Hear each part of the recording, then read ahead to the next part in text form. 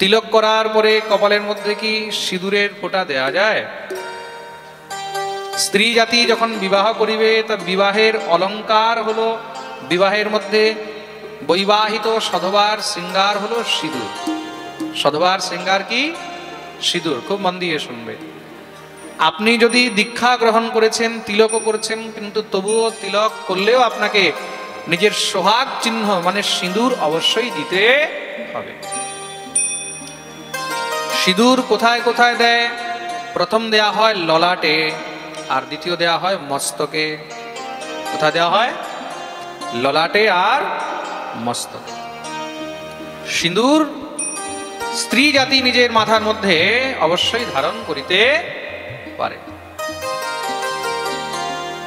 তার মধ্যে কোনো সংশয় নেই। কোনো প্রকারের মনের মধ্যে কোনো সংশয় রাখবে না। বিবাহিত যেই নারীগণ যারা সধবা, তারা নিজের কপালের মধ্যে সিঁদুর অবশ্যই দেবে। তিলক করলেও সিঁদুর দেবে, তিলক না করলেও সিঁদুর দেবে। প্রেম সে বলো রাধে রাধে। এই সিঁদুর কিসের জন্য দেওয়া হয়? নিজের স্বামীর দীর্ঘায়ু কামনার জন্য সিঁদুর দেওয়া হয়। সিন্দুরম শোভনম নিত্যম সৌভাগ্যম সুখবর্ধনম। যেই নারী নিজের মস্তকে সিঁদুর দেয়, সিঁদুর ধারণ করে, তার স্বামীর আয়ু বৃদ্ধি হয়। আর শুধু তাই নয়, সে তার সৌভাগ্য বৃদ্ধি করে, সুখের বৃদ্ধি করে। তার জন্য সিঁদুর অবশ্যই ধারণ করা উচিত। সিঁদুর হলো সধবা নারীর শৃঙ্গার। যে স্ত্রী সিঁদুর ধারণ করে না, সেই নারীকে অভাগিনী বলা হয়েছে, তাকে বিধবা বলা হয়েছে। কি বলা হয়েছে? বিধবা। প্রেম সে বলো রাধে রাধে। মা ভগবতী সীতা যখন সিঁদুর ধারণ করেন, হনুমান দেখছেন তো, হনুমান দেখে একদিন মায়ের কাছে এসেছে, মা একটি কথা জিজ্ঞাসা করবো। বলে কি? এই রোজ আপনি সিঁদুর কেন ধারণ করেন? মা হনুমানকে বললেন, এটা তোমার প্রভুর দীর্ঘায়ু কামনার জন্য আমি সিঁদুর ধারণ করি। মানে মা? বলে সিঁদুর ধারণ করলে স্বামীর আয়ু বৃদ্ধি হয়, স্বামীর দীর্ঘায়ু হয়। তার স্বামীর মঙ্গলের জন্য, স্বামীর দীর্ঘায়ু কামনার জন্য আমি সিঁদুর ধারণ করি। সমস্ত নারীগণ তার জন্য সিঁদুর ধারণ করে। হনুমান সেখানে তো মাকে প্রণাম করে চলে গেলেন। মনে মনে ভাবলেন, শ্রীরাম তো আমারও স্বামী। স্বামী শব্দের অর্থ কি? মালিক, ইষ্ট। পতিকে পরমেশ্বর কেন বলা হয়েছে? স্বামী মালিক, তা স্বামী পতি সেই পরমেশ্বর। নারীর জন্য পুরুষ মানে স্ত্রী হলো, স্ত্রীর জন্য একমাত্র স্বামী হলো পরমেশ্বর। তো হনুমান ভাবলেন যে আমার স্বামী, আমার মালিক, আমার ইষ্ট, আমার প্রভু শ্রীরাম যদি মায়ের এতটুক সিঁদুর লাগালে প্রভু দীর্ঘায়ু হয়, তাহলে আমি যদি পুরো শরীরে সিঁদুর মেখে নিই, তাহলে আমার প্রভুর কত যে আয়ু হয়ে যাবে। হনুমান সঙ্গে সঙ্গে কি করেছে? সিঁদুর নিয়ে পুরো গায়ে, একদম মাথা গায়ে ভালো করে সিঁদুর মেখে দিয়েছে। ভালো করে সিঁদুর মেখে মহারাজ চলে এসছে মায়ের কাছে। প্রভু শ্রী রামচন্দ্র সেখানে মহারাজ বসে রয়েছেন। হনুমানকে দেখে তো রামজিও একদম চমকে গেছে, মা সীতাও দেখে চমকে গেছে। হনুমান, এই কি করলে?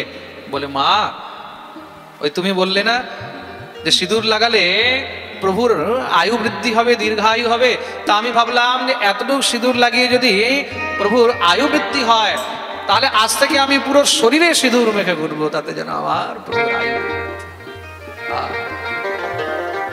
ভগবান শ্রীরামচন্দ্র সঙ্গে সঙ্গে হনুমানকে বুকে জড়িয়ে ধরলেন। বলি হনুমান জি মহারাজ। ভগবান হনুমানকে বললেন, কিন্তু এটা তো তোমার মায়ের জন্য, এটা তো সীতার জন্য।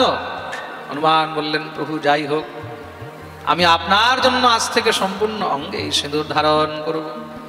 আর সেদিন থেকেই ভগবান বরদান দিলেন যে তোমাকে সিঁদুর অর্পণ করবে, তোমাকে সিঁদুর মাখিয়ে দেবে, সবসময় তার মঙ্গল হবে। তার জন্য হনুমানকে সিঁদুর লাগানোর বিধান রয়েছে, পুরো শরীরের মধ্যে সিঁদুর মাখানো হয়। প্রেম সে বলো রাধে রাধে। বলো না আরো জোরে, আরো জোরে, আরো জোরে, সবাই ধরো হাত উপরে করে জয় জয় শ্রী রাধে।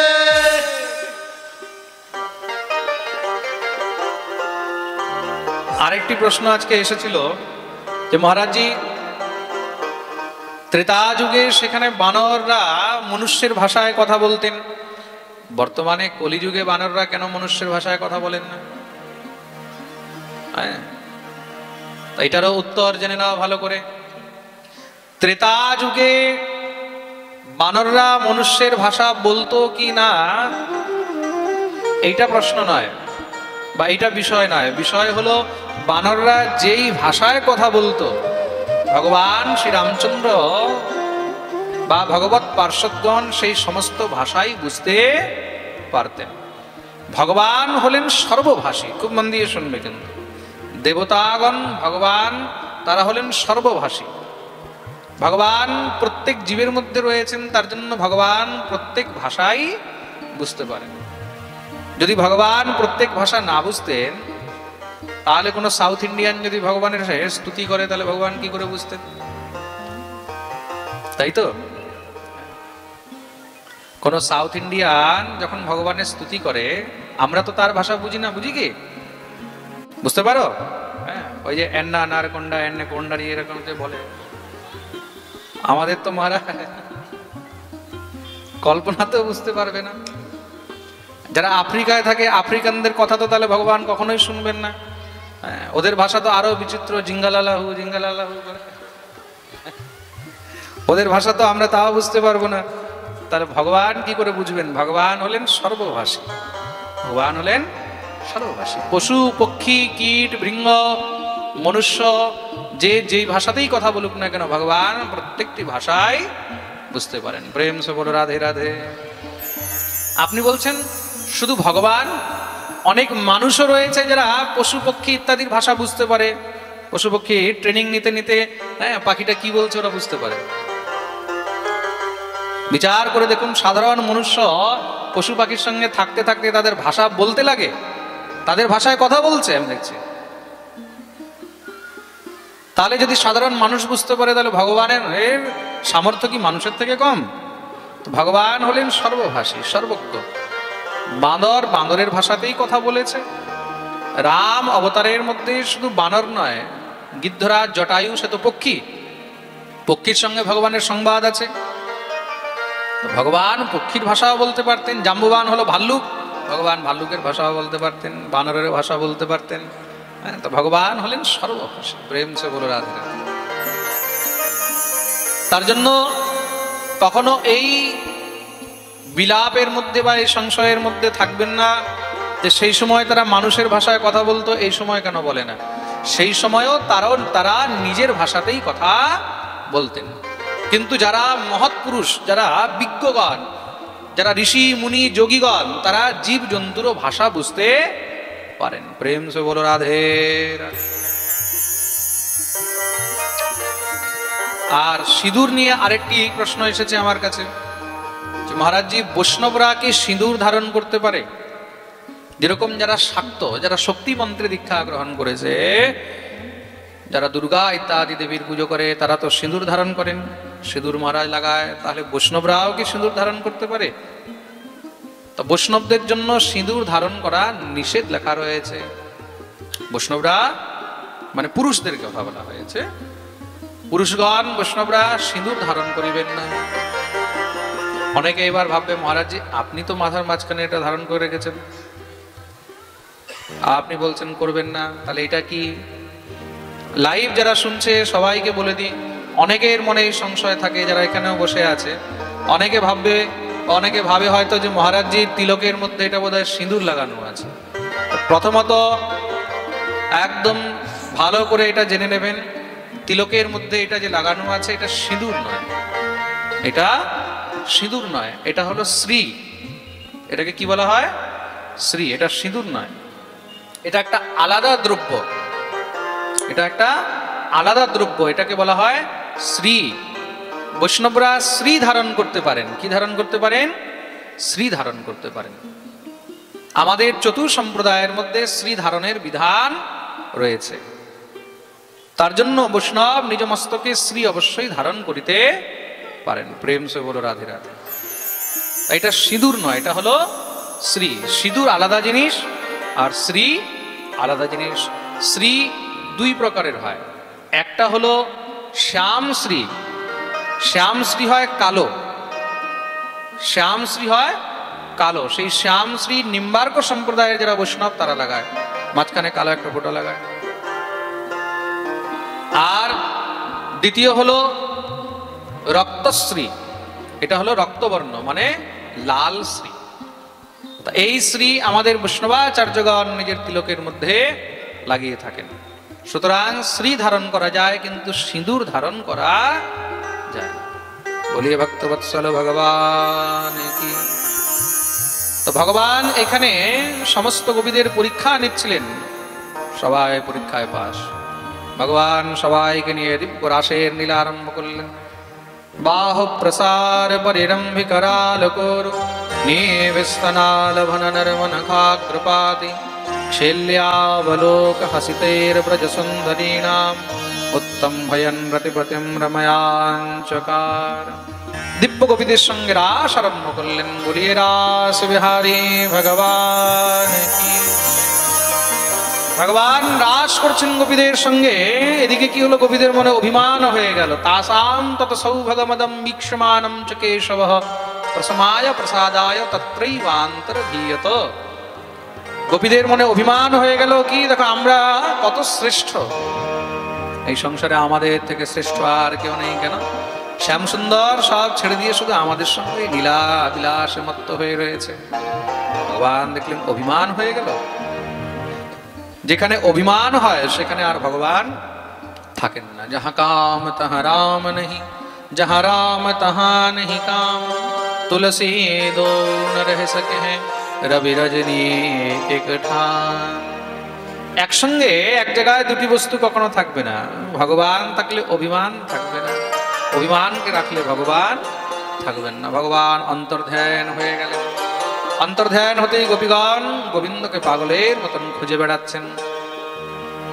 কোথায় গেল শ্যাম, কোথায় গেল, কোথায় গেল, কোথায় গেল। দৃষ্টো বহ ক্বচিদস্বত্থ প্লক্ষণ্যগ্রোধনো মনঃ নন্দসূনুরগতো হত্বা প্রেমহাসাবলোকনে। হে বৃক্ষ, হে তরু, হে লতা, হে গুল্ম, তোমরা কি শ্যামকে দেখেছ? চারোদিকে খুঁজে বেড়াচ্ছেন।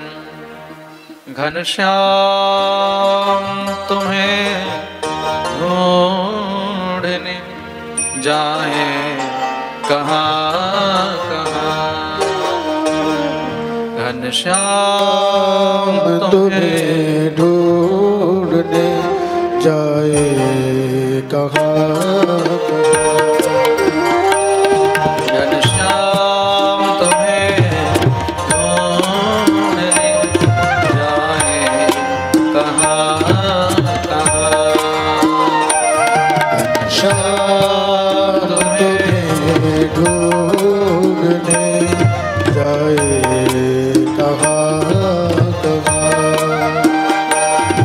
अपने विरह की पीर हम दिखाए कहाँ कहाँ, अपने विरह की पीर दिखाए कहाँ कहाँ, घनश्याम ढूंढने जाए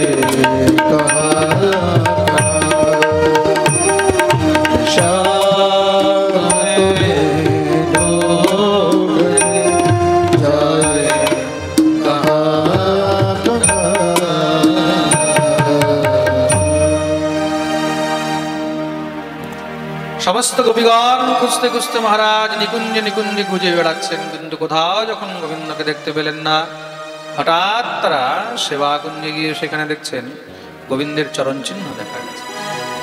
বুঝে গেলেন শ্যামসুন্দর আমাদেরকে ছেড়ে এই পথ দিয়ে গেছেন, সঙ্গে একটি গোপীর চরণ চিহ্ন দেখে। তার মানে গোবিন্দ আমাদেরকে ছেড়ে কোনো একটি বিশেষ গোপীকে সঙ্গে করে নিয়ে গেছে। এই বিশেষ গোপীকে নিশ্চয়ই গোবিন্দের পরম প্রিয়া কোন আরাধিকা হবে। অনয়ারাধিত নূনম ভগবান হরিরেশ্বর ইয়ন্নো বিহায় গোবিন্দঃ প্রীতয়ামনয়দ্রহ। নিশ্চয়ই সে অন্য কেউ নয়, গোবিন্দের আরাধিকা। আর আরাধিকা কে? আরাধিকা ইহ সহ রাধিকা। যে গোবিন্দের আরাধিকা তিনি হলেন একমাত্র শ্রী রাধিকা। বলিয়ে রাধা রানী। সেই চরণ চিহ্ন দেখতে দেখতে যখনই তারা নিকুঞ্জ বনে প্রবেশ করলেন, সেখানে গিয়ে দেখছেন শ্রী রাধারানী বসে বসে কাঁদছেন। প্রিয়াজির ক্রন্দন দেখেই তারা দৌড়ে গিয়ে প্রিয়াজিকে ঘিরে বসে গেছে। হে রাধারানী, শ্যাম সুন্দর আমাদেরকে ছেড়ে তোমাকে সঙ্গে করে নিয়ে এসেছিল, কিন্তু তোমাকেও ছেড়ে চলে গেছে কেন? শ্রী রাধারানী বললেন, জানো তোমাদেরকে কেন ছেড়েছে? কেন কি তোমাদের মনে অভিমান হয়ে গেছে। অভিমান হয়েছিল বলে তোমাদেরকে ছেড়েছে। তোমাদেরকে ছেড়ে আমাকে সঙ্গে নিয়ে চলল, আমারও মনে অভিমান হয়ে গেল। আমি মনে মনে ভাবলাম যে আমি একমাত্র শ্রেষ্ঠ। গোবিন্দ সবাইকে ত্যাগ করতে পারে, কিন্তু আমাকে ত্যাগ করতে পারে না। তাই আমি অভিমান যুক্ত হয়ে বললাম, ন পারেহম চলিতুম নয়মামি যত্র তে মনঃ। হে শ্যাম সুন্দর, আমি আর চলতে পারছি না, তুমি আমাকে কোলে করে উঠিয়ে নিয়ে চলো। গোবিন্দ বললেন, হে প্রিয়াজি, একটা কাজ করো, তুমি আমার কাঁধে চেপে বসো। এব মুক্তঃ প্রিয়ামাহ স্কন্ধ আরোহ্যতামিতি। যখনই আমি কাঁধে চাপতে গেছি, সঙ্গে সঙ্গে গোবিন্দ অন্তর্ধান হয়ে গেলেন। তখন থেকে আমি শুধু তাকে ডেকে বেড়াচ্ছি। আনাথ রমণ প্রেষ্ঠ ক্বাসি ক্বাসি মহাভুজ দাস্যাস্তে কৃপণায়া মে সখে দর্শয় সন্নিধি। হে প্রিয়াজি, তাহলে কি আমরা গোবিন্দকে আর পাবো না? শ্রী রাধারানী বললেন, নিশ্চয়ই পাবো। শুনেছি যেখানে যেখানে তার গুণগান হয়, যেখানে যেখানে তার কীর্তন হয়, সেখানে দৌড়ে চলে আসে। চলো চলো আমরা সবাই মিলে তার গুণগান গাইব। শ্রী রাধারানী সবাইকে নিয়ে যমুনা পুরী নিয়ে সে দিব্য গোবিন্দের গুণগান আরম্ভ করলেন। সমস্ত গোপীগণ মিলে যে দিব্য গীত গেয়েছেন তাকে গোপী গীত বলা হয়েছে। আসুন আমরা সবাই মিলে একটু গোপী গীত শ্রবণ। জয়তি তেধিকম জন্মনা ব্রজ শ্রয়ত ইন্দিরা শাশ্বতত্রী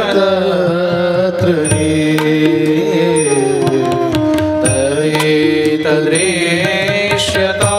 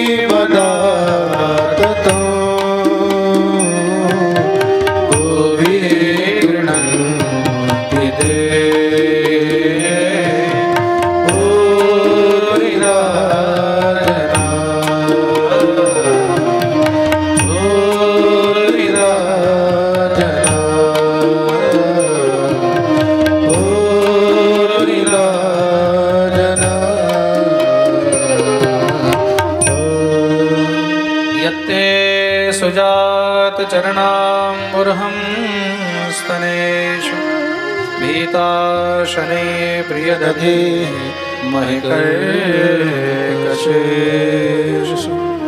पदेनाटवीमटसि तद्व्यथतेन किं स्विद् पूर्वपादिभिर्भ्रमति धे भवदायुषाम्।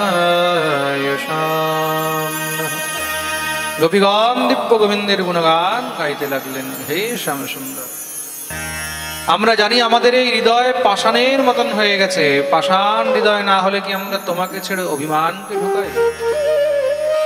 কিন্তু গোবিন্দ, শুনেছি তোমার চরণের স্পর্শ পেয়ে পাষাণের পর্যন্ত উদ্ধার হয়ে যায়, পাষাণও বিগলিত হয়ে যায়। তা তুমি দয়া করে নিজের সেই চরণ এসে আমাদের এই বুকের উপরে রাখো। হয়তো তোমার চরণ স্পর্শ পেয়ে আমাদের এই পাষাণ হৃদয় যদি গলে যায়।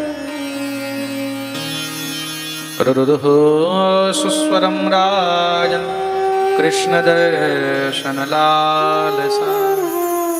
গোপীদের এই করুণ ক্রন্দন দেখে গোবিন্দ আর থাকতে পারলেন না। কাঁদতে কাঁদতে তাদের অভিমান মনে হয় সব বেরিয়ে গেছে।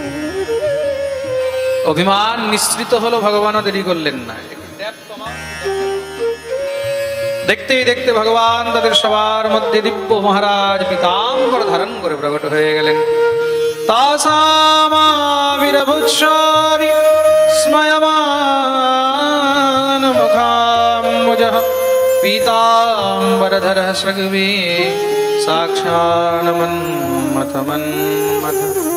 ভগবান পীতাম্বর ধারণ করে সবার মধ্যে প্রকট হয়েছেন। বলিয়ে ভক্তবৎসল ভগবান কি। গোপীগণ দৌড়ে গিয়ে গোবিন্দের চরণে মহারাজ গড়াগড়ি দিতে লাগলেন। হে শ্যাম সুন্দর, তুমি ফিরে এসেছো, মনে হয় আমাদের প্রাণ ফিরে আসলো। তুমি একবার গেছিলে, আমাদের এই দুর্দশা হলো, যদি তুমি আবার আমাদেরকে ছেড়ে যাও তাহলে তো আমাদের এবার প্রাণ বেরিয়ে যাবে। ভগবান বললেন, চিন্তা করো না, অভিমান এসেছিল আমি চলে গেলাম, অভিমান বেরিয়েছে আমিও চলে এসেছি। তাহলে শ্যাম সুন্দর, আমরা কি সেই দিব্য রাসের আনন্দ আর পাবো না? ভগবান বললেন, চিন্তা করো না, আবার রাস আরম্ভ হবে। সমস্ত গোপীদেরকে নিয়ে ভগবান দিব্য রাস আরম্ভ করলেন। রাসোৎসব সম্প্রবৃত্ত গোপী মণ্ডল মণ্ডিত যোগেশ্বরেণ কৃষ্ণেন তাসাম মধ্যে হৃদয়োর্দ্বয়। প্রত্যেকটি গোপীর সঙ্গে ভগবান দুটি করে কৃষ্ণ রূপ ধারণ করলেন। গোপীর ডানেও কৃষ্ণ আর বামেও কৃষ্ণ। কেন? অভিমানকে ভগবান আর ঢোকার জন্য জায়গায় ছাড়লেন না। প্রেম সে বলো রাধে রাধে। এতক্ষণ পর্যন্ত যেটা রাস ছিল, এখন আর রাস নেই, এখন ওটা মহারাস হয়ে গেছে। বলি রাস বিহারী ভগবান। এই রাস দর্শন করার জন্য কৈলাস থেকে দেবাদিদেব মহাদেব এসেছেন। যখনই রাসে প্রবেশ করতে যাচ্ছেন, সঙ্গে সঙ্গে সখীগণ সেখানেই দাঁড় করিয়ে দিয়েছে। এই বাবাজি, কোথায় যাচ্ছ? সখী, আমি অনেক দূর থেকে এসেছি, রাসের দর্শন করতে চাই। তুমি জানো না রাসের মধ্যে কোনো পুরুষের প্রবেশ নেই, রাসের মধ্যে একমাত্র শুধু গোপীর প্রবেশ রয়েছে। তাহলে গোপীর প্রবেশ রইলে আমি তাহলে কি করে রাসে প্রবেশ পাবো? বলে তার জন্য তোমাকেও গোপী হতে হবে। তোমাকেও গোপী হতে হবে। মহাদেব বললেন, তাহলে গোপী কিভাবে হব? বলে যমুনার পারে খুব সুন্দর মান সরোবর রয়েছে।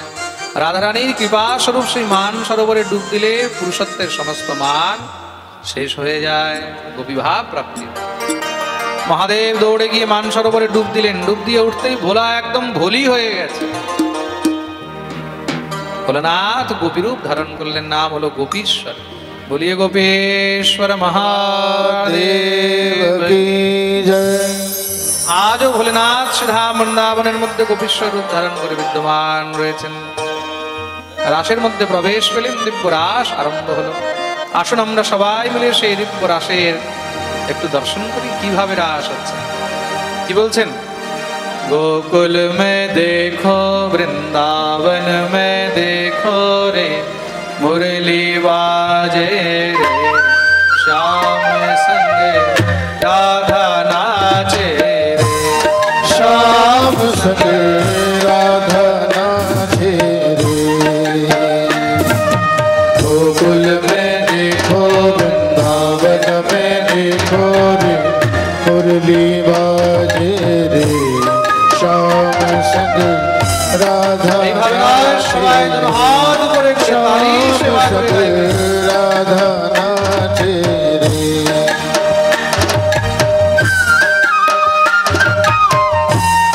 बोलिए रास बिहारी भगवान की जय हो।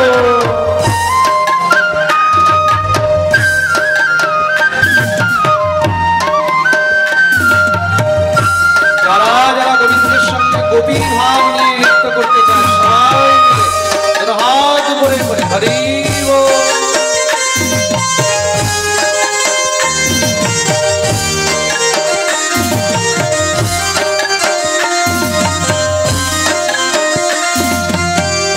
बोलिए रास बिहारी भगवान की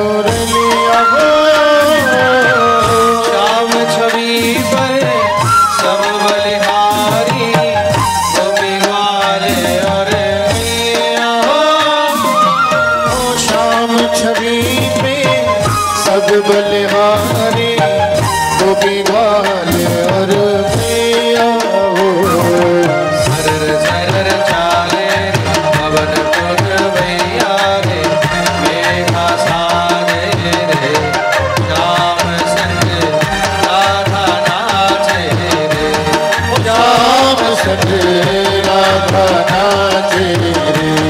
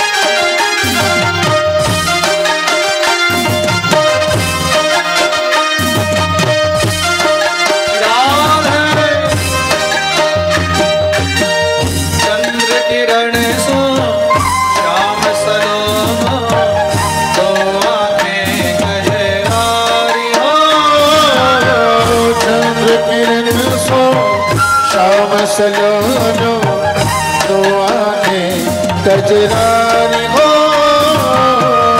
ठुमक नाचे गोपियन के संग जगता पालनहारी हो। ठुमक नाचे गोपियन के संग जग का पालनहारी हो। श्याम बिहारी सुराधा सुकुमारी संग में राधे श्याम संग राधा नाचे श्याम संग राधा नाचे रे।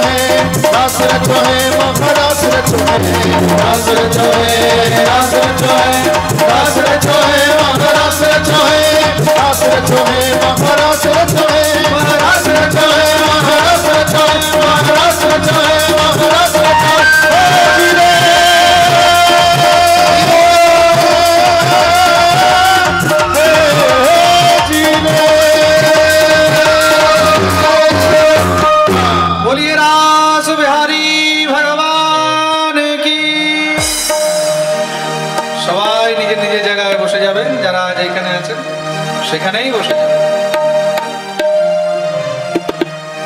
गोकुल में देखो वृंदावन में देखो रे मुरली वाले श्याम संग राधा नाचे रे श्याम संग राधा नाचे रे श्याम संग राधा नाचे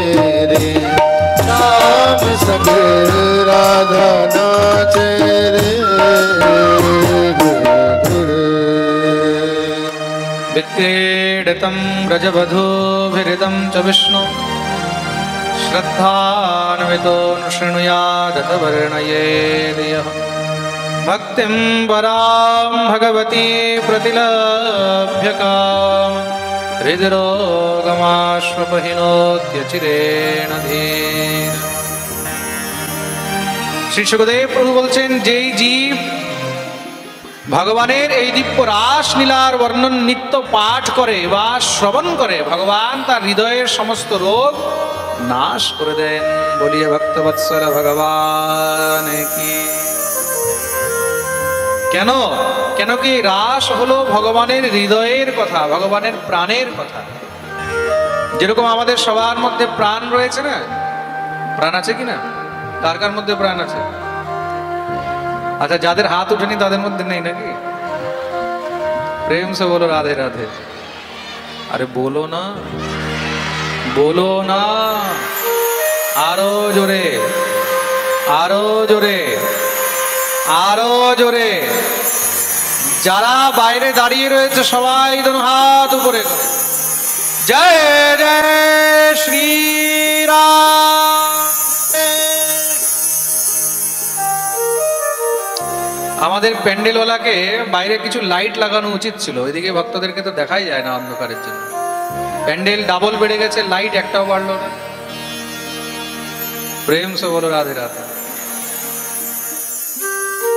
এদিক থেকে কিন্তু বহুত আওয়াজ আসছে, আপনারা এভাবে কথা বললে কিন্তু ডিস্টার্ব হবে।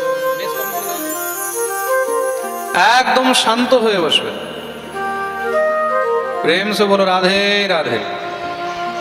আজকে তো হাত তুললেও সমস্যা হচ্ছে দেখছি, এত ভিড়, হাত তুললে একজন আরেকজনকে ঠেলা লেগে যাচ্ছে, তাই না? হাত তুললেও ঠেলা লেগে যাচ্ছে। এত ভিড় আমি স্বপ্নেও কল্পনা করিনি হোজায় এত ভিড় হবে। এইবার গেল 5 বছর আর সুবিধার বাড়ি 3 বছর, 8 বছরের সব রেকর্ড ফেল।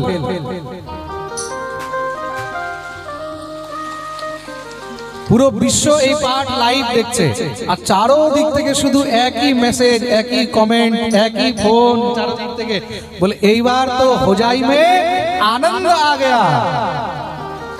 আগে বলছিল না নন্দ ঘর আনন্দ भयो, বলে इस बार হোজাই মে আনন্দ भयो। এমন দিব্য আনন্দ। আচ্ছা, আপনাদের আনন্দ দেখে যারা দূরে দূরে বসে আছে না, ওরাও থাকতে পারছে না।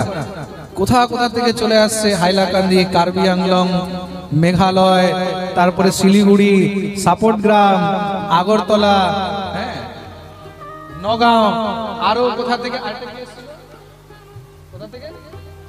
দিমাপুর, আর শুধু এই না কর্ণাটক থেকে, কর্ণাটক থেকে এসে এখানে এই দেখো দেখো কর্ণাটক থেকে। বাবা, এ তো মানে রেকর্ড, পুরো রেকর্ড ভেঙে দিচ্ছে। কোথা কোথা থেকে ভক্তরা কর্ণাটক থেকে এসে পাঠ শোনাতে চলে এসেছে, বিচার করে দেখো। এটা হলো হোজাইদের ভক্তের আনন্দ। এটা মনে রাখবে, আমার জন্য নয়, হোজাইয়ের ভক্তদের জন্যই আনন্দ হচ্ছে।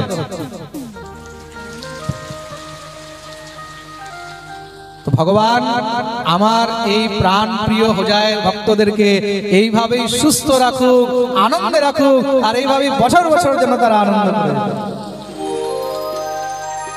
সমস্ত হোজাইবাসী ভক্ত কি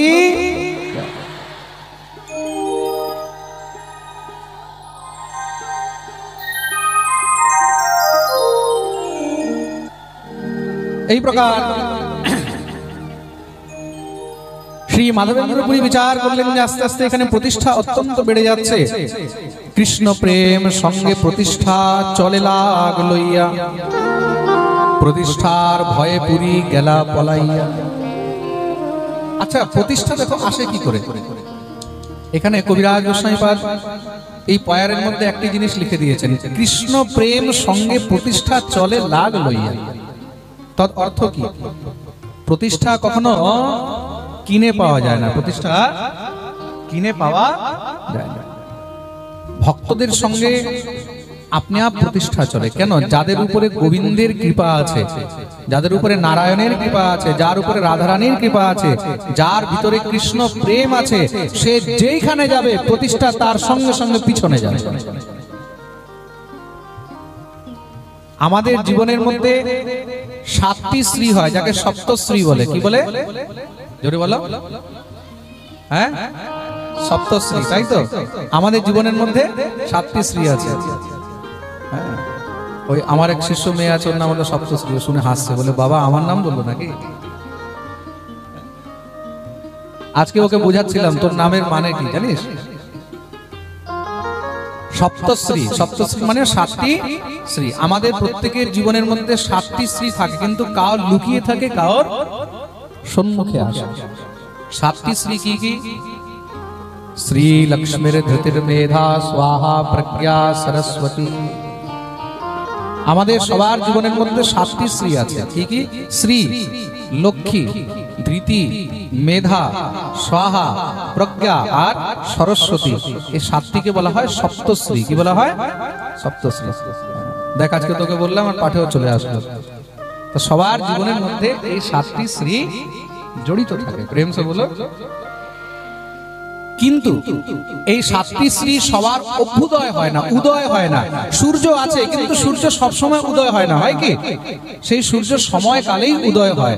তা যার জীবনে ঠিক সময় আসে, যার উপরে গোবিন্দের কৃপা হয়, তার জীবনে এই 7টি শ্রী উদিত হয়। আর যখন তার জীবনে 7টি শ্রী উদিত হয়, এই সপ্তশ্রী তার জীবনে উদিত হলে তখন কি হয়? তখন তার চারোদিকে যশ হয়, প্রতিষ্ঠা হয়, তার জয় জয়কার হয়। তার জন্য নিজের অন্তরের এই 7টি শ্রীকে জাগ্রত করতে হলে, সপ্তশ্রীকে যদি জাগ্রত করতে হয়, তার জন্য তোমাকে সাধনা করতে হবে। কি করতে হবে? সাধনা করতে হবে। ভজন সাধন একটি এমন জিনিস, তার জন্য তোমাকে কোথাও যেতে হবে না। তুমি যদি ঘরে বসে ভজন করছো, জঙ্গলে বসে ভজন করছো, গাছের নিচে বসে ভজন করছো, কেউ তোমাকে দেখলোও না, কেউ তোমাকে জানে না, কেউ তোমাকে চিনে না, তুমি শুধু সাধন করে যাও, তোমার পিছনে জগৎ দৌড়াবে। তুমি যদি জঙ্গলে থাকো, জঙ্গলেও তোমার পিছনে একদম মঙ্গল হয়ে যাবে। প্রেম সে বলো। যেরকম যদি প্রত্যক্ষ প্রমাণ দেখতে হয়, তাহলে আপনাদেরকে দেখতে হবে আমাদের বৃন্দাবনের মধ্যে বর্ষানায় একজন মহাত্মা আছেন।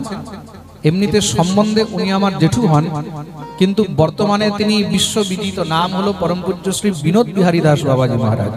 উনাকে অনেকে বিনোদ বাবা নামে জানে। তা পরম পূজ্য শ্রী বিনোদ বাবা, শ্রী বিনোদ বিহারী দাস বাবাজি মহারাজ, উনি কিন্তু কোথাও প্রচার করতে যাননি, কোথাও পোস্টার মারেননি, তিনি কোথাও কোনো প্রচার করেননি, কোথাও কোনো পোস্টার লাগাননি, তিনি কোনো শিষ্য সামন্তের পিছনে দৌড়ায়নি, কোনো শিষ্য বাড়ি যায় না, শিষ্য ঘরে যায় না, কোথাও কোনো অনুষ্ঠানে যান না, কিছু না। তিনি কি করতেন? যেহেতু আমি ওনাকে ছোটবেলা থেকে দেখেছি, যে সময় কোনো প্রতিষ্ঠা ছিল না সেই সময় থেকে আমি ওনাকে দেখেছি। আমি আজকে প্রায় 30 বছর ধরে ওনাকে দেখছি, যতদিন ধরে আমাকে হোশ আছে। আমি আজ থেকে যখন 30 বছর আগে ওনাকে দেখেছি, আমাকে যখন থেকে হোশ আছে, আমি একটাই জিনিস দেখেছি যে উনি সবসময় ভজন করতেন, সবসময় তিনি জপ করতেন, কন্টিনিউ তিনি জপ করছেন। সেই সময় তিনি রাধাকুণ্ডে থাকতেন। রাধাকুণ্ডে আমাদের একদম কুণ্ডের তটে পরম পূজ্য প্রভুপাদ শ্রী 108 তিনকড়ি গোস্বামী মহারাজের আশ্রম রয়েছে। তার নাম হলো রাসবাড়ি। তা রাসবাড়ির সঙ্গে রাসবাড়িরই আরেকটি অন্য বাড়ি আছে। সেই বাড়িটার মধ্যে তিনি তখন নিচের ঘরে থাকতেন, ওটাকে সমাধি বাড়িও বলা হয়।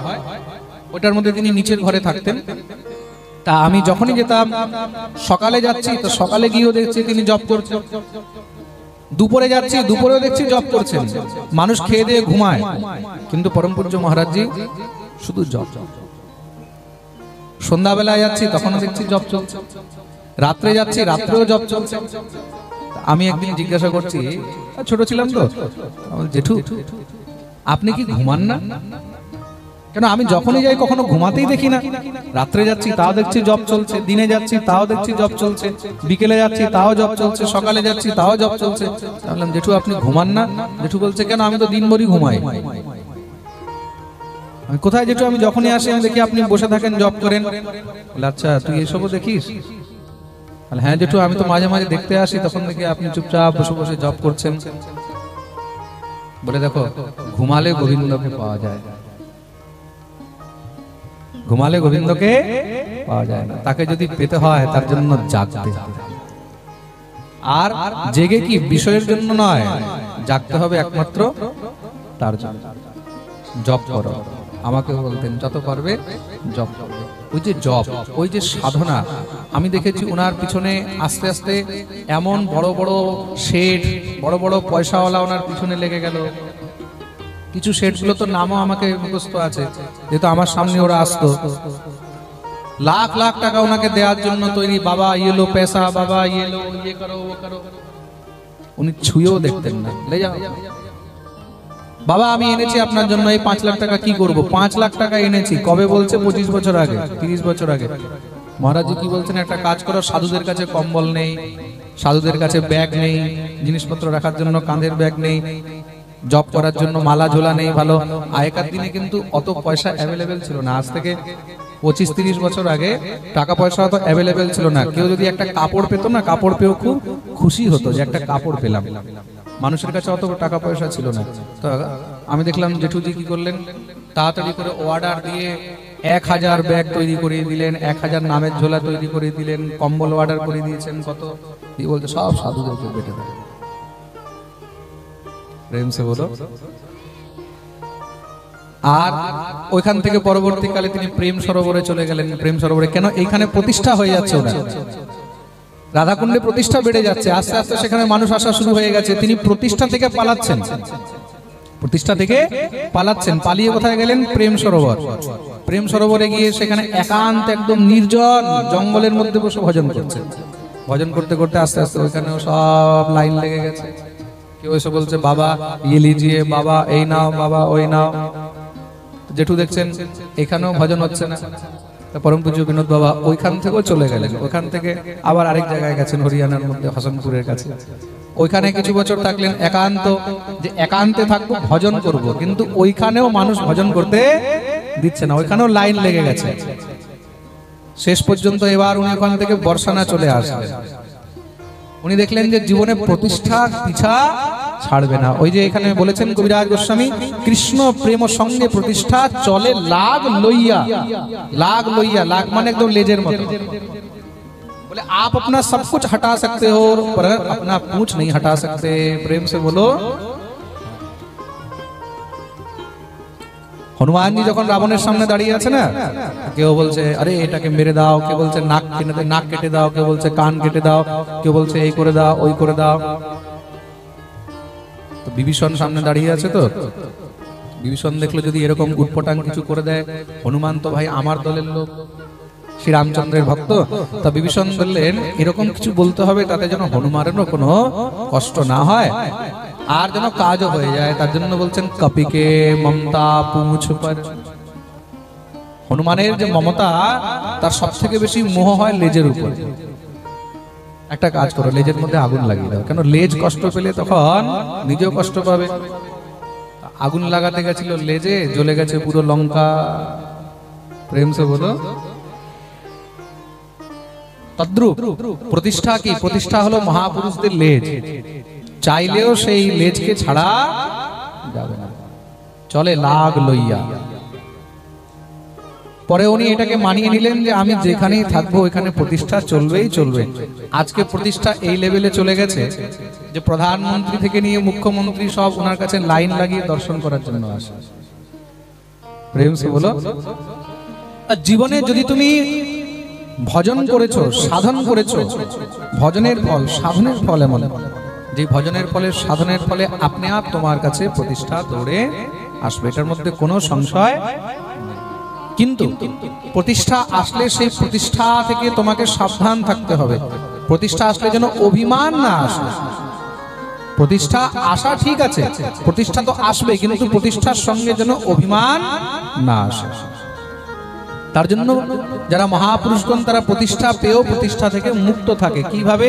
বলে যেইভাবে জলের মধ্যে পদ্ম ফুল, জলের মধ্যে পদ্ম ফুল কিভাবে থাকে? বলে পদ্ম ফুল থাকে জলের মধ্যে, কিন্তু তার গায়ে এক ফোঁটাও জল লাগে না। প্রেম সে বলো। তদ্রূপ প্রতিষ্ঠা নিয়ে থাকবে, প্রতিষ্ঠার মধ্যেও থাকবে, কিন্তু বুদ্ধিমান ভক্তগণ কি করেন? প্রতিষ্ঠা রেখেও প্রতিষ্ঠা থেকে মুক্ত থাকেন। পুরীপাদ চলে গেলেন নীলাচলে। নীলাচলে গিয়ে সেখানে জগন্নাথ দর্শন করেছেন। পূর্বেই স্বয়ং গোপাল জগন্নাথ পুরীর মধ্যে, সেখানে পুরীর মন্দিরের যত অধীক্ষকগণ, তাদের যে একদম মুখ্য অধীক্ষক, তাকেও স্বপ্ন আদেশ করেছেন যে বৃন্দাবন থেকে আমার এক ভক্ত মাধবেন্দ্র পুরী আসবে, আর এখান থেকে মলয়োদ্ধত চন্দন সে আমার কাছে নিয়ে আসবে, তাকে তুমি মলয়োদ্ধত চন্দন। পুরীপাদ গিয়ে যখন সেখানে জগন্নাথ দর্শন করেছেন, প্রণাম করেছেন, সঙ্গে সঙ্গে মন্দিরের যে মুখ্য পরিছা সে দৌড়ে এসে চরণে প্রণাম করলেন। আপনি শ্রী মাধবেন্দ্র পুরী? বলে হ্যাঁ। বলে আপনার জন্য তো চন্দনের ভান্ডার রাখা হয়েছে, আদেশ হয়েছে আপনার জন্য চন্দনের ভান্ডার রাখা। আপনি বৃন্দাবনে চন্দন নিয়ে যাবেন তো মলয়োদ্ধত চন্দন। কেন? জগন্নাথকে যে চন্দন লাগানো হয় সেটা সাধারণ চন্দন নয়, সেটা হলো মলয়োদ্ধত চন্দন। সেই মলয়োদ্ধত চন্দনের অনেক বিশেষতা রয়েছে। তা পুরীপাদ সেখানে জগন্নাথ দেবের কাছে কিছুদিন থাকলেন, কিন্তু এত চন্দন নিয়ে যাবে কি করে? তার জন্য কি করলেন? পুরীপাদের সঙ্গে কিছু সেবক পাঠিয়ে দিলেন, কিছু ভক্তদেরকে সঙ্গে করে পাঠিয়ে দিলেন, আর গরুর গাড়ির মধ্যে খুব ভালো করে সেই চন্দনগুলোকে একদম সুন্দর ব্যবস্থিত ভাবে রেখে সঙ্গে পাঠিয়ে দিয়েছে। পুরী থেকে চলতে চলতে যখন ফেরার পথে আবার রেমুনায় আসলেন, গোপীনাথ দর্শন করেছেন। সেখানে মাধবেন্দ্র পুরীকে দেখার জন্য চারিদিক থেকে ভিড় লেগে গেছে। রাত্রিবেলা যখন বিশ্রাম করছেন, এদিকে তো তিনি ক্লান্ত হয়েছেন, বয়স অনেক হয়েছে, বৃদ্ধ হয়ে গেছেন মাধবেন্দ্র পুরী। রাত্রিবেলায় স্বয়ং ভগবান শ্রী গোপাল পুরীপাদকে স্বপ্নাদেশ করলেন, পুরী তুমি এই চন্দন আমার জন্য নিয়ে আসছো, চিন্তা করো না, আর বৃন্দাবন আসতে হবে না। কেন? তোমার অনেক কষ্ট হচ্ছে, আমি বুঝতে পেরেছি।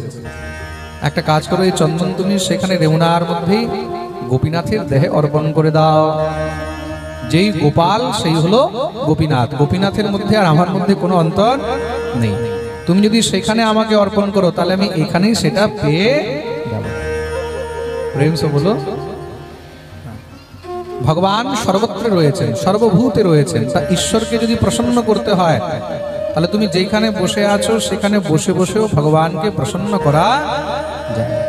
প্রেম সে বলো। তুমি যেখানেই থাকো না কেন, ভগবানকে প্রসন্ন করতে হলে তোমাকে বৃন্দাবনে যাওয়ার দরকার নেই। তুমি হোজায় বসে বসেই হোজাইকেও বৃন্দাবন বানিয়ে নিতে পারো। তোমার মনের মধ্যে ভাব থাকা উচিত। ভাবেহি বিদ্যতে বিষ্ণু ভাবগ্রাহী জনার্দন। তোমার মনের মধ্যে যদি ভাব আছে, তাহলে ভগবান তুমি যেখানেই থাকো বিশ্ব ব্রহ্মাণ্ডে, সেখানেই তোমার কাছে উপস্থিত হয়ে যাবে। প্রেম সে বলো। তুমি গোপীনাথকে চন্দন অর্পণ করো। সঙ্গে সঙ্গে তিনি সকাল হতেই সমস্ত সব পূজারীদেরকে ডাকলেন, ডেকে সেই চন্দন অর্পণ করলেন। গোপাল স্বপ্নাদেশ করেছেন, আর এই চন্দন তোমরা গোপীনাথকেই লাগাও। সমস্ত সবাই মিলে দিব্য আনন্দে গোপীনাথকে সেই চন্দন কর্পূর ইত্যাদি দিয়ে, কেশর কস্তুরী ইত্যাদি দিয়ে ঘষে তখন গোপীনাথের অঙ্গে লেপন করলেন। গোপীনাথের অঙ্গে যখন লেপন করেছেন, এইদিকে শ্রীধাম বৃন্দাবনে ঠাকুর শ্রী গোপাল শান্তি পেলেন। আর যেই দিন লেপন করা হয়েছে সেই দিনটা ছিল বৈশাখ মাস শুক্লপক্ষের তৃতীয়া তিথি। তার জন্য সেই দিনের অনেক বিশেষতা রয়েছে। আমাদের শাস্ত্র অনুসারে সেই দিনকে অক্ষয় তৃতীয়া বলা হয়। কি বলা হয়? জোরে বলো। অক্ষয় তৃতীয়া। অক্ষয় তৃতীয়ার দিন তুমি যা সৎকর্ম করবে সেগুলো সব অক্ষয় হয়ে যায়, অমর হয়ে যায়। প্রেম সে বলো। তার নামই হলো অক্ষয় তৃতীয়া। তুমি অক্ষয় তৃতীয়ার দিন যা করবে, তুমি দান করো, ধর্ম করো, পুণ্য করো, যা কিছু করবে সব অক্ষয় হয়ে যায়। তা অক্ষয় তৃতীয়ার দিন, এক তো বৈশাখ মাস, তখন গরম পড়ে যায়। তা ঠাকুরের দেহকে সেই গরমের জ্বালা থেকে শান্ত করার জন্য সেই অক্ষয় তৃতীয়ার দিন গোবিন্দকে সেখানে চন্দনের লেপন করা উচিত। মনে মনে খুব ইচ্ছা রয়েছে যে আমি বৃন্দাবন যদি যেতে পারতাম, কিন্তু ঠাকুর আদেশ করেছে তার জন্য সেখানেই রয়ে গেল। কিন্তু মন থেকে শ্রী মাধবেন্দ্র পুরী তখন থেকেই কিন্তু অন্তিম সময় পর্যন্ত নিত্য বৃন্দাবনেই নিবাস করেছেন। মনে যদি থাকে যে আমি বৃন্দাবনে যাব, বৃন্দাবনে বাস করব, মানসিক চিন্তন করলেও তার বৃন্দাবন বাস হয়। প্রেম সে বলো। আর বৃন্দাবন দেখুন তখনই কিন্তু প্রাপ্ত হয় যখন রাধারানীর অশেষ কৃপা হয়। রাধারানীর কৃপা ছাড়া বৃন্দাবনও কিন্তু ভাগ্যে জোটে না। প্রেম সে বলো। তা বৃন্দাবন যদি যেতে হয়, বৃন্দাবন যদি বাস চাও, তার জন্য রাধারানীর চরণ ধরতে হবে। রাধারানীর চরণ না ধরলে বৃন্দাবনে যাওয়া যাবে না। কে কে বৃন্দাবন যেতে চায়? আচ্ছা, পাক্কা মনে রাখবে, ভাগবতের সামনে যাদের যাদের হাত উঠেছে রাধারানী কিন্তু তাদেরকেই ধরবে, আর যাদের উঠছে না রাধারানী ওদেরকে ছেড়ে দেবে। প্রেম সে বলো। যে যে যেতে চায় যেন হাত উপরে করে যাবে তো। হ্যাঁ, তা যেতে হলে এক জায়গায় আগে তোমাকে আরজি লাগাতে হবে, একজনকে বলতে হবে। কাকে? হ্যাঁ, রাধা রানীকে। কি বলতে হবে? ও রাধা রানী, ও মহারানী, ও রাধা রানী মহারানী, কৃপা করো না, কৃপা করে বৃন্দাবনে নিয়ে চলো না। রাধা রানী মহারানী কৃপা করো না, কৃপা করে বৃন্দাবনে নিয়ে চলো না। রাধা রানী মহারানী, রাধা রানী মহারানী, কৃপা করো না, কৃপা করে বৃন্দাবনে নিয়ে চলো না। রাধা রানী মহারানী, রাধা রানী মহারানী কৃপা করো না, কৃপা করে বৃন্দাবনে নিয়ে চলো না। আমায় কৃপা করে বৃন্দাবনে নিয়ে চলো না, আমায় কৃপা করে বৃন্দাবনে নিয়ে চলো না। হরি বল।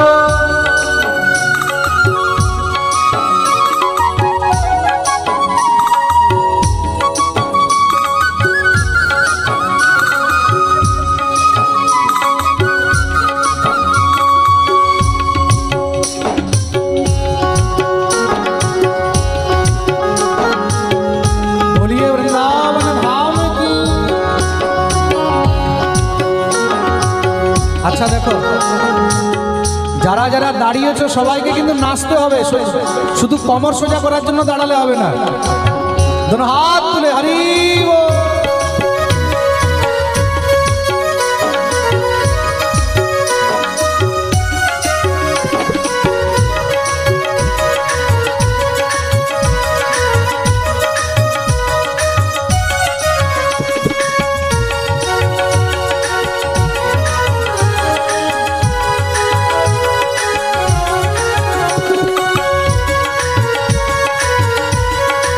রাধে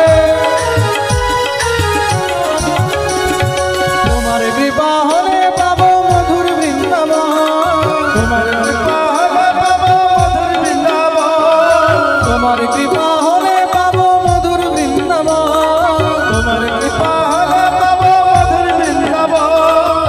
নয়নে হেরিব আমি গিরি গোবর্ধন, নয়নে হেরিব আমি গিরি গোবর্ধন। রাধা রানী মহারানী, রাধা রানী মহারানী, কৃপা করো না, কৃপা করে চরণ তরে রেখে নিও না। ওগো রাধা রানী মহারানী, রাধা রানী মহারানী কৃপা করো না, কৃপা করে চরণ তলে রেখে দিও না। ওগো রাধা রানী মহারানী।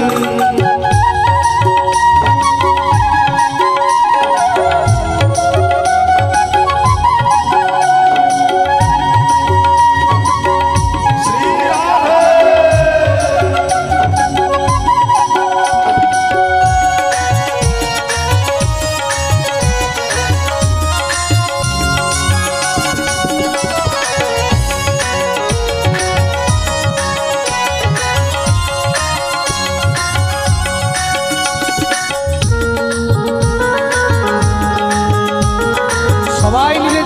দাঁড়িয়ে হাত খুলে হরি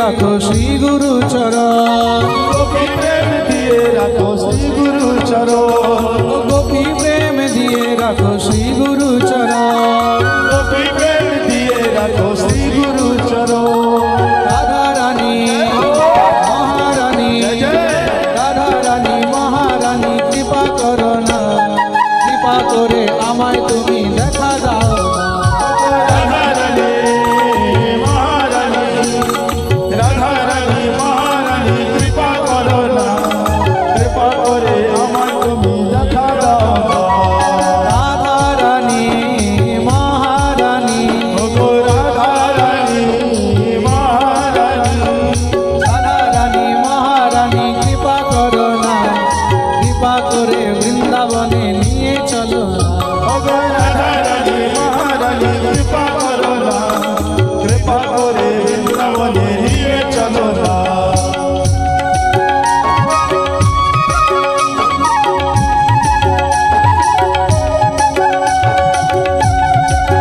হরি বল।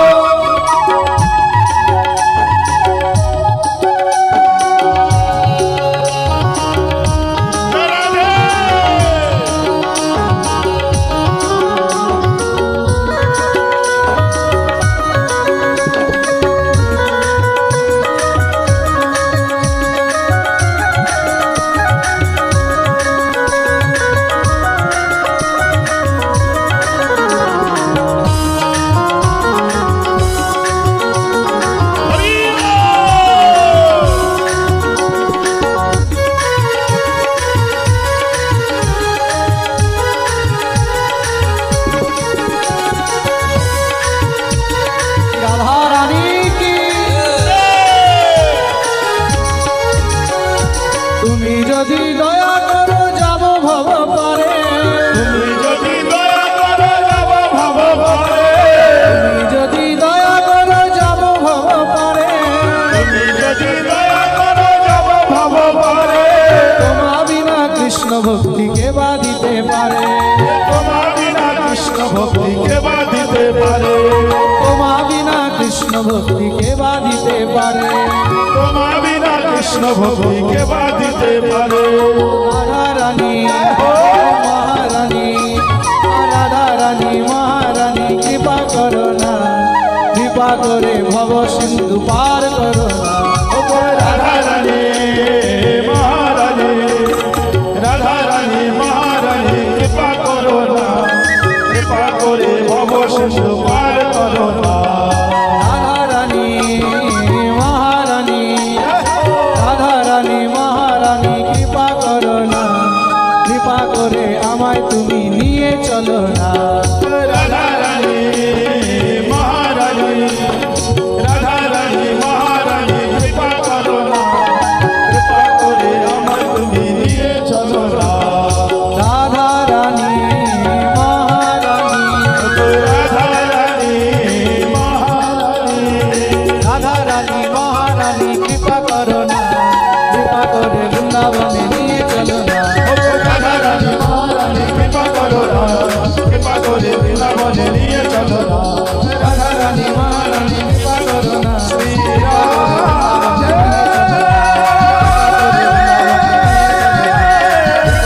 শ্রী রাধে শ্রী রাধে শ্রী রাধে শ্রী রাধে